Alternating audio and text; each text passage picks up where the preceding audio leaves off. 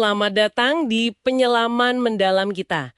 Hari ini kita mau ngintip ke dalam diri Anda nih. Tepatnya ke tulang. Tapi bukan tulang yang keras di luar itu ya? Bukan yang itu. Kita mau bahas tulang trabekular. Itu loh jaringan yang kayak spons di bagian dalam tulang. Iya.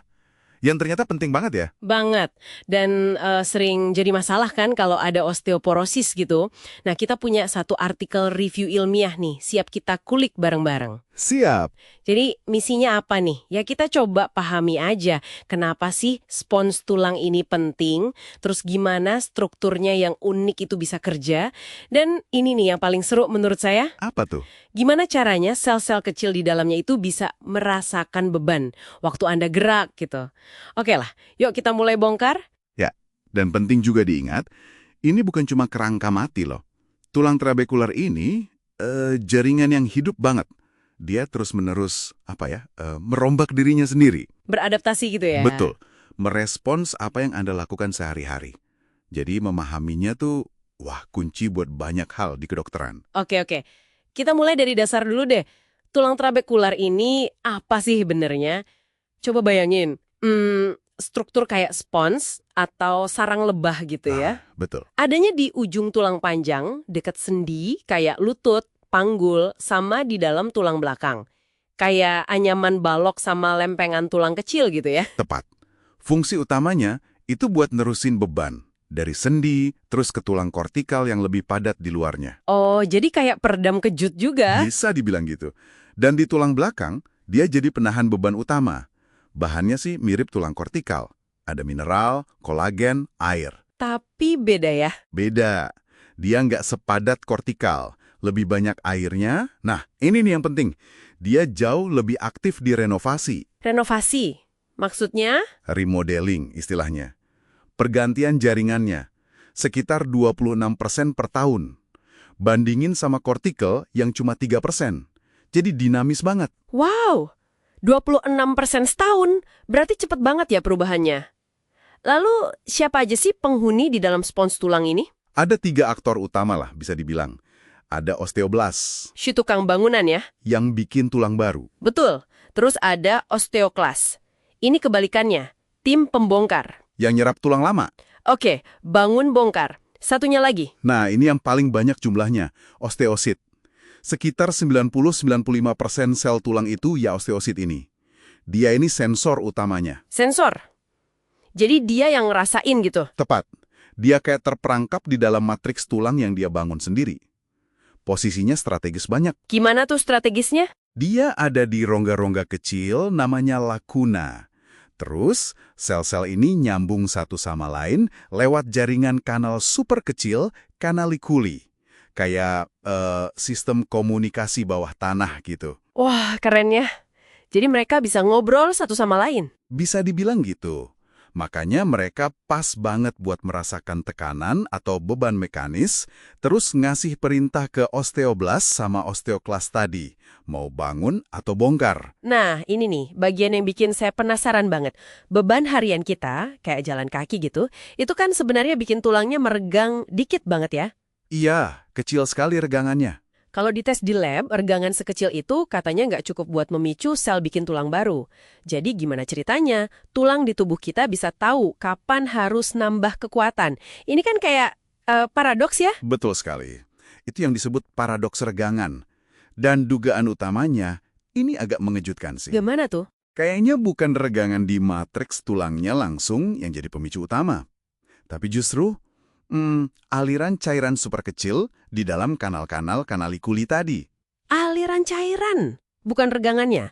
Iya, jadi waktu ada beban, cairan di kanal itu bergerak. Nah, aliran inilah yang diduga kuat jadi sinyal utama. Regangan di jaringan tulang secara keseluruhan memang kecil banget, kurang dari 0,2%. Dan itu nggak cukup ya buat sel di lab? Nggak cukup. Sel di cawan Petri itu butuhnya di atas 0,5% baru terangsang. Malah kalau regangan terlalu gede, di atas 0,5% di jaringan asli, itu bisa merusak tulangnya. Wah, jadi kuncinya di aliran cairan mikro itu ya.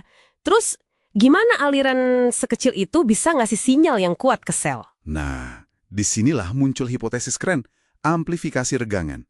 Jadi, efek regangan kecil di jaringan itu, entah bagaimana caranya, diperkuat di level sel. Diperkuat, kayak pakai amplifier gitu. Ya, semacam itulah analoginya. Salah satu teori populer bilang, ada bagian dari sel osteosit, kayak tonjolan kecil gitu, yang nempel ke dinding kanal. Oke, terus? Waktu cairan di kanal itu ngalir karena ada beban, dia kayak narik atau nyenggol tonjolan itu. Nah, tarikan atau senggolan inilah yang dirasakan sel, jadi jauh lebih kuat. Bisa 10-100 kali lipat dibanding regangan di jaringan sekitarnya. Wow, jadi sinyal lemah diperkuat secara lokal gitu ya. Cerdik banget mekanismenya. Iya kan?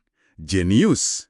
Nah, proses selanjutnya disebut mekanotransduksi. Apalagi tuh? Itu proses mengubah sinyal fisik tadi, aliran cairan atau regangan yang udah diperkuat, jadi sinyal kimia di dalam sel. Oh, diubah jadi bahasa kimia gitu ya? Tepat. Ini melibatkan macam-macam. Ada perubahan kadar kalsium di dalam sel, pelepasan molekul sinyal kayak nitrat oksida atau NO, prostaglandin E2 atau PGE2. Wah, kompleks juga ya. Iya. Dan akhirnya ini semua mengaktifkan jalur-jalur sinyal di dalam sel yang intinya ngasih perintah bangun tulang atau bongkar tulang ke sel-sel lainnya. Oke. Jadi kita udah tahu nih gimana selnya bisa merasakan beban. Sekarang gimana soal kekuatan si spons tulang ini sendiri? Katanya tadi kan dia nggak sepadat tulang kortikal. Berarti lebih lemah dong? Nah, ini jadi rumit lagi. Kekuatan dan kekakuan tulang trabekular ini sangat bervariasi. Bervariasi gimana maksudnya? Tergantung banyak hal. Lokasinya di tubuh mana? Tulang belakang beda sama tulang paha misalnya. Usia Anda ngaruh. Arah bebannya dari mana juga ngaruh. Arah beban? Iya. Dia itu anisotropik. Kayak kayu lah. Lebih kuat kalau ditekan searah seratnya dibanding kalau dari samping. Tulang trabekular juga gitu. Arah anyamannya menentukan kekuatannya. Terus dia juga heterogen. Nggak sama di setiap titik. Wah, repot juga ya berarti ngukurnya. Nggak bisa dipukul rata aja gitu kekuatannya? Nggak bisa sama sekali.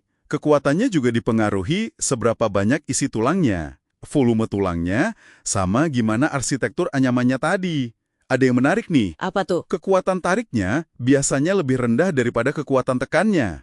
Dia lebih kuat ditekan daripada ditarik. Oh ya, kenapa gitu ya? Mungkin karena strukturnya yang memang lebih cocok buat menahan tekanan. Dan ada lagi, mungkin ukuran seberapa jauh dia bisa meregang sebelum mulai rusak permanen, istilahnya yield strain, itu bisa jadi patokan yang lebih konsisten soal kapan dia bakal patah, dibanding kekuatan puncaknya.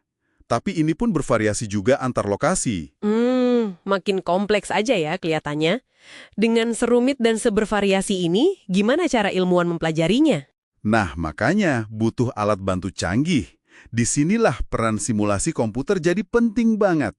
Ada teknik namanya analisis elemen hingga, mikro, atau MU-FEA. Itu apa lagi? Itu pada dasarnya kita ambil gambar 3D super detail dari CT scan tulang trabekular, terus kita bikin model komputernya. Nah, di komputer itu kita bisa simulasikan gimana tulang itu bakal bereaksi kalau dikasih beban. Oh, jadi kayak crash test virtual buat tulang gitu ya? Haha, bisa dibilang begitu. Jadi kita bisa lihat bagian mana yang paling mungkin stres atau patah, tanpa harus merusak tulang aslinya. Ada juga pendekatan baru kayak Individual Trabecular Segmentation atau ITS. Bedanya apa tuh? Kalau ITS itu, kita coba pecah gambar 3D jaringan spons itu jadi komponen-komponen dasarnya. Mana yang batang, mana yang lempengan. Analisisnya jadi lebih efisien, tapi katanya tetap bisa nangkap perilaku mekanisnya yang penting. Oke. Jadi banyak ya cara buat memahami si spons tulang ini. Kalau gitu, apa nih rangkuman penting buat Anda yang dengerin dari penyelaman kita kali ini? Ya, intinya sih tulang trabekular ini bukan sekedar spons pasif, dia jaringan hidup yang cerdas, kompleks, dan dinamis banget. Terus sel-sel osteosit di dalamnya punya cara unik buat dengerin beban lewat aliran cairan sama mekanisme amplifikasi yang pintar itu ya? Betul. Dan sifat mekanisnya, kekuatannya, kekakuannya itu sangat bervariasi. Nggak seragam sama sekali. Ini jadi tantangan besar buat dipelajari dan diprediksi secara akurat. Jadi apa artinya semua ini buat kita? Nah, ini mungkin jadi pemikiran penutup buat Anda renungkan. Kalau kita tahu cara tulang merasakan beban itu serumit itu, dan sifatnya sebervariasi itu antar orang, bahkan di satu orang pun beda-beda lokasinya, Iya. tantangan besarnya ke depan adalah Gimana kita bisa pakai pemahaman ini untuk memprediksi risiko patah tulang pada Anda secara spesifik, dengan lebih akurat? Bukan cuma berdasarkan umur atau kepadatan tulang rata-rata. Prediksi yang lebih personal gitu ya. Tepat. Atau gimana kita bisa rancang pengobatan osteoporosis yang lebih cerdas? Yang nggak cuma nambah massa tulang aja, tapi benar-benar memperbaiki arsitektur trabekular yang rumit ini, sesuai kebutuhan unik masing-masing individu. Nah, itu sesuatu untuk kita pikirkan lebih lanjut.